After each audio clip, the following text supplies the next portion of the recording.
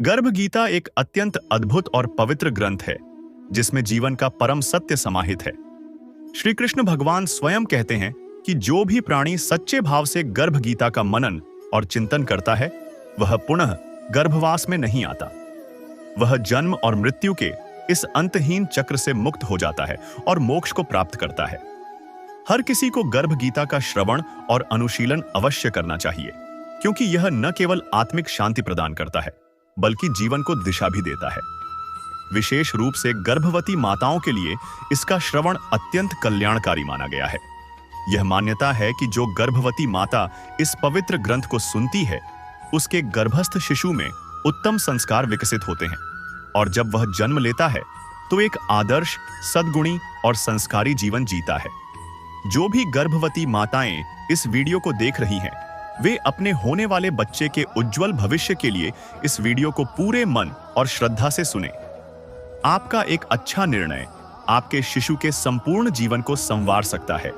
इसलिए अगर आप इस चक्र से मुक्ति चाहते हैं तो भगवान श्री कृष्ण की भक्ति करें, उनके वचनों को हृदय से अपनाएं और गर्भ गीता के पवित्र ज्ञान का अनुसरण करें।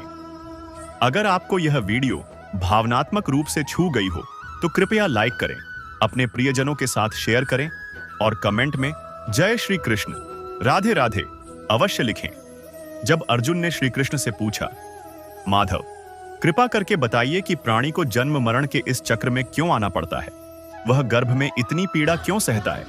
किन कर्मों के कारण उसे यह कष्ट भोगना पड़ता है? तब श्री कृष्ण ने उत्तर दिया, हे पार्थ, मनुष्य सांसारिक सुखों की लालसा तो करता है, पर मेरी भक्ति और सच्चे प्रेम से दूर रहता है। इसी कारण वह बार बार जन्म मरण के बंधन में फंसता है और अनेक योनियों में जन्म लेकर कष्ट भोगता है। श्री कृष्ण आगे कहते हैं, सिर पर जटा धारण करने, भस्म लगाने या बाहरी दिखावे से कोई मेरा प्रिय नहीं बनता। मैं उसी के हृदय में विराजता हूं जो काम, क्रोध, लोभ, मोह और अहंकार से मुक्त होता है। जो इन विकारों में उलझा रहता है उसे बार बार जन्म लेना पड़ता है और वह कभी शांति नहीं पा सकता। श्री भगवानोवाच, हे अर्जुन, यह मन निश्चय ही हाथी की भांति है। तृष्णा इसकी शक्ति है। मन 5 इंद्रियों के वश में है, अहंकार इनमें श्रेष्ठ है। हे अर्जुन, जैसे हाथी अंकुश, कुंडा के वश में होता है, वैसे ही मनरूपी हाथी को वश में करने के लिए ज्ञान रूपी अंकुश है। अहंकार करने से यह जीव नरक में पड़ता है। अर्जुनोवाच, हे भगवान, जो एक तुम्हारे नाम के लिए वन खंडों में फिरते हैं, एक वैरागी हुए हैं, एक धर्म करते हैं, इनको कैसे जाने? जो वैष्णव हैं वे कौन हैं? श्री भगवानोवाच, हे अर्जुन, एक वे हैं जो मेरे ही नाम के लिए वनों में फिरते हैं, वे सन्यासी कहलाते हैं। एक वे हैं जो सिर पर जटा बांधते हैं और अंग पर भस्म लगाते हैं। उनमें मैं नहीं हूं, क्योंकि इनमें अहंकार है, इनको मेरा दर्शन दुर्लभ है। अर्जुनोवाच, हे भगवान, वह कौन सा पाप है जिससे स्त्री की मृत्यु हो जाती है? वह कौन सा पाप है कि जिससे पुत्र मर जाता है? और नपुंसक कौन पाप से होता है? श्री भगवानोवाच, हे अर्जुन, जो किसी से कर्ज लेता है और देता नहीं, इस पाप से उसकी औरत मरती है। और जो किसी की अमानत रखी हुई वस्तु पचा लेता है, उसके पुत्र मर जाते हैं। जो किसी का कार्य किसी के गोचर आए पड़े और वह जबानी कहे कि मैं तेरा कार्य सबसे पहले कर दूंगा, पर समय आने पर उसका कार्य न करे, इस पाप से नपुंसक होता है। ये बड़े पाप हैं।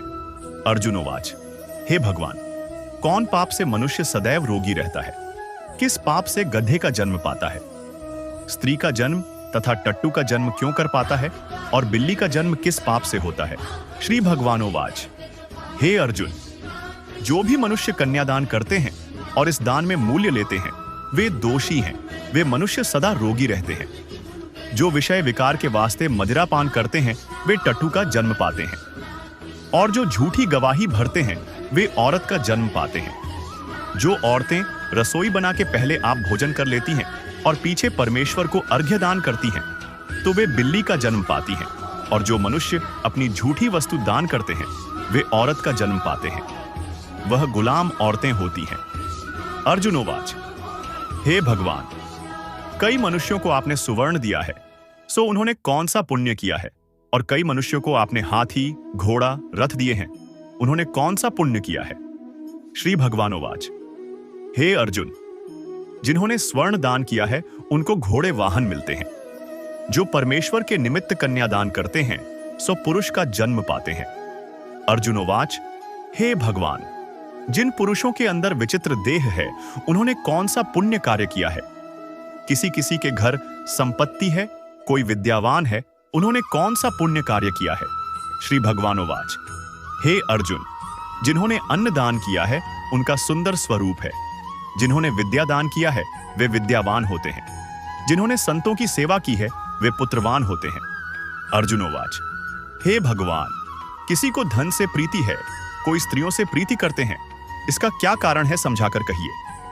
श्री भगवानोवाच, हे अर्जुन, धन और स्त्री सब नाश रूप हैं, मेरी भक्ति का नाश नहीं है। अर्जुनोवाच, हे भगवान, यह राजपाट किस धर्म के करने से मिलता है? विद्या कौन सा धर्म करने से मिलती है? श्री भगवानोवाच, हे अर्जुन, जो प्राणी काशी में निष्काम भक्ति से तप करते हुए देह त्यागते हैं वे राजा होते हैं, और जो गुरु की सेवा करते हैं वे विद्यावान होते हैं। अर्जुनोवाच, हे भगवान, किसी को धन अचानक बिना किसी परिश्रम से मिलता है सो उन्होंने कौन सा पुण्य कार्य किया है? श्री भगवानोवाच, हे अर्जुन, जिन्होंने गुप्त दान किया है उनको धन अचानक मिलता है। जिसने परमेश्वर का कार्य और पराया कार्य संवारा है वे मनुष्य रोग से रहित होते हैं। अर्जुनोवाच, हे भगवान, कौन पाप से अम्ली होते हैं और कौन पाप से गूंगे होते हैं और कौन पाप से कुष्ठी होते हैं? श्री भगवानोवाच, हे अर्जुन, जो आदमी नीच कुल की स्त्री से गमन करते हैं वो अम्ली होते हैं। जो गुरु से विद्या पढ़कर मुकर जाते हैं सो गूंगे होते हैं। जिन्होंने गौघात किया है वे कुष्ठी होते हैं। अर्जुनोवाच, हे भगवान, जिस किसी पुरुष की देह में रक्त का विकार होता है वह किस पाप से होता है और दरिद्र होते हैं? किसी को खंड वायु होती है और कोई अंधे होते हैं तो कोई पंगु होते हैं, सो कौन से पाप से रहित होते हैं? और कई स्त्रियां बाल विधवा होती हैं तो यह किसी पाप से होती है। श्री भगवानोवाच, हे अर्जुन, जो सदा क्रोधवान रहते हैं उन्हें रक्त विकार होता है। जो मलिन रहते हैं वे सदा दरिद्री होते हैं। जो कुकर्मी ब्राह्मण को दान देते हैं उनको खंड वायु होती है। जो पराई स्त्री को नंगी देखते हैं, गुरु की पत्नी को कुदृष्टि से देखते हैं सो अंधे होते हैं। जिसने गुरु और ब्राह्मण को लात मारी है वो लंगड़ा व पंगु होता है। जो औरत अपने पति को छोड़कर पराये पुरुषों से संग करती है सो वह बाल विधवा होती है। अर्जुनोवाच, हे भगवान, तुम पर ब्रह्म हो, तुमको नमस्कार है। पहले मैं आपको संबंधी जानता था परंतु अब मैं ईश्वर रूप जानता हूं। हे परब्रह्म, गुरु दीक्षा कैसी होती है सो कृपा कर मुझको कहो। श्री भगवानोवाच, हे अर्जुन, तुम धन्य हो, तुम्हारे माता पिता भी धन्य हैं जिनके तुम जैसा पुत्र है। हे अर्जुन, सारे संसार के गुरु जगन्नाथ है, विद्या का गुरु काशी, चारों वर्गों का गुरु सन्यासी है। सन्यासी उसको कहते हैं जिसने सबका त्याग करके मेरे विषय में मन लगाया है सो ब्राह्मण जगत गुरु है। हे अर्जुन, यह बात ध्यान देकर सुनने की है। गुरु कैसा करे जिसने सब इंद्रियां जीती हों, जिसको सब संसार ईश्वर मय नजर आता हो और सब जगत से उदास हो। ऐसा गुरु करे जो परमेश्वर को जानने वाला हो और उस गुरु की पूजा सब तरह से करे। हे अर्जुन, जो गुरु का भक्त होता है और जो प्राणी गुरु के सम्मुख होकर भजन करते हैं उनका भजन करना सफल है। जो गुरु से विमुख हैं उनको सप्तग्रास मारे का पाप है। गुरु से विमुख प्राणी दर्शन करने योग्य नहीं होते। जो गृहस्थी संसार में गुरु के बिना है वो चांडाल के समान है। जिस तरह मदिरा के भंडार में जो गंगा जल है वह अपवित्र है, इसी तरह गुरु से विमुख व्यक्ति का भजन सदा अपवित्र होता है। उसके हाथ का भोजन देवता भी नहीं लेते। उसके सब कर्म निष्फल हैं। कूकर, सूकर, गदर्भ, काक, ये सब की सब योनियाएं बड़ी खोटी योनियाएं हैं। इन सब से वह मनुष्य खोटा है जो गुरु नहीं करता। गुरु बिना गति नहीं होती, वह अवश्य नरक को जाएगा। गुरु दीक्षा बिना प्राणी के सब कर्म निष्फल होते हैं। हे अर्जुन, जैसे चारों वर्णों को मेरी भक्ति करना योग्य है वैसे गुरुधार के गुरु की भक्ति करना योग्य है। जैसे गंगा नदियों में उत्तम है, सब व्रतों में एकादशी का व्रत श्रेष्ठ है, वैसे ही हे अर्जुन, शुभ कर्मों में गुरु सेवा उत्तम है। गुरु दीक्षा बिना प्राणी पशु योनि पाता है। जो धर्म भी करता है सो पशु योनि में फल भोगता है। वह 84 योनियों में भ्रमण करता रहता है।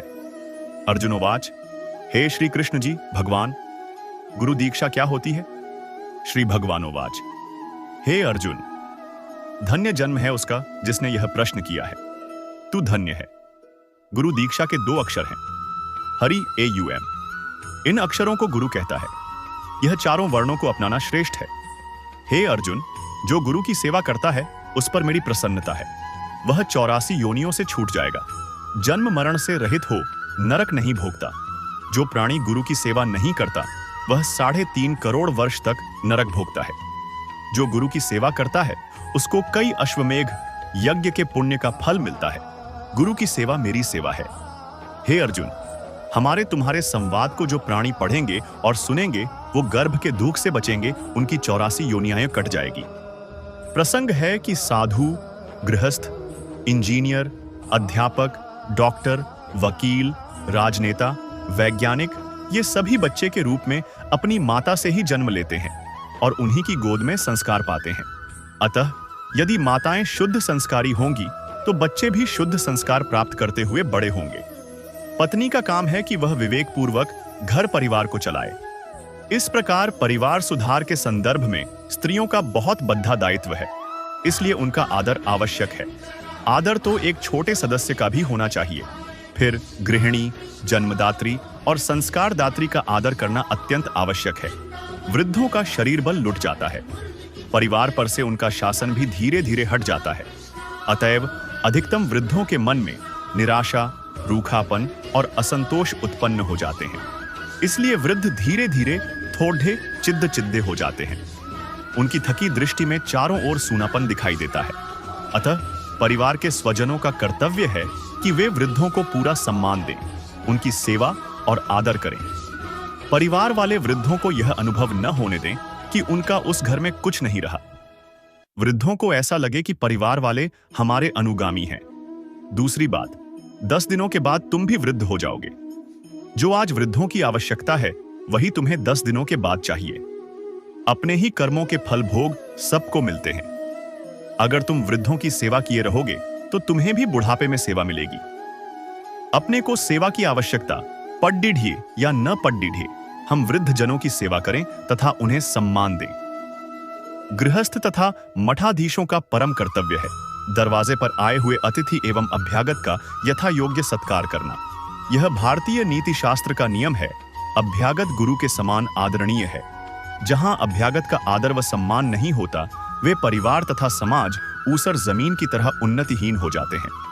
अतिथि सत्कार से सुकीर्ति और संपत्ति बढ़ती है। जहां शाम को इकट्ठे होने पर अपने विचारों और बातों को एक दूसरे के सामने नहीं रखते, एक दूसरे के सामने पड़ी डीएचने पर गंभीर हो जाते हैं। एक साथ न भोजन करते हैं और न बैठते हैं। समझ लो, ऐसे परिवार एवं समाज का विघटन शीघ्र होने वाला है। परिवार एवं समाज के लोग जब शाम को इकट्ठे होते हैं तब वे यदि एक दूसरे से हंस हंस कर बातें करते हैं और मालिक को अपने अपने कामों का लेखा जोखा देते तथा एक दूसरे को निश्चल होकर बताते हैं, तब यह निश्चित समझा जाता है कि इस परिवार एवं समाज के लक्षण शुभ हैं। कोई व्यापार घाटे में चले तो यह कोई व्यापार नहीं है।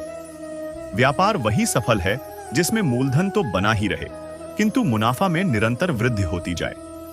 अधिकतम लोगों का यह व्यापार घाटे में ही चलता है। अधेद्धाच अवस्था में जो कुछ प्रसन्नता शेष है वह सब भी बुढ़ापे में काफूर हो जाती है। इस प्रकार मानव जीवन रूपी व्यापार निरंतर घाटे में चलकर अंत में इसका दिवाला पिट जाता है। बहुत कामना, अहंकार, प्राणियों से द्वेष, बात बात में क्रोध एवं द्रोह, असहनशीलता, कुछ भी घाटा न उठाकर थोड़े थोड़े में मुकद्दमेबाजी आदि करके लोग अपनी जिंदगी को नर्क के जैसा बना लेते हैं। हंस हंस कर प्रसन्नता में जीने योग्य जीवन को ईर्ष्या, द्वेष, दुख, संताप में जल जल कर जीते हैं। सब भौतिक सुख सुविधाओं के पा जाने पर भी संसार के अधिकतम लोग निरंतर नरक में जीते हैं। ईर्ष्या, द्वेष, कलह, वैमनस्य, वैर, चिंता, मानसिक उलझन आदि से लोग निरंतर पीड़ित रहते हैं। मनुष्य के अंदर जितना स्वार्थ तीव्र होगा वह उतना ही राग द्वेष का शिकार होगा और ऐसा आदमी कभी शांत नहीं हो सकता। धन चाहे थोड़ा हो परंतु मन पवित्र हुए बिना जीवन में सुख नहीं मिलता। मन की पवित्रता के लिए संतों एवं सज्जनों की संगति और मन में शुद्ध और अच्छे विचार चाहिए। जीवन का आखिरी हिस्सा बुढ़ापा है। कहा जाता है कि अंत अच्छा तो सब अच्छा है, परंतु दुर्भाग्य है कि अधिकतम लोगों का बुढ़ापा सर्वाधिक दुखपूर्ण हो जाता है। ठप इसी कारण इस पाठ का नाम गर्भ गीता ज्ञान गर्भ गीता है। श्री कृष्ण भगवान जी के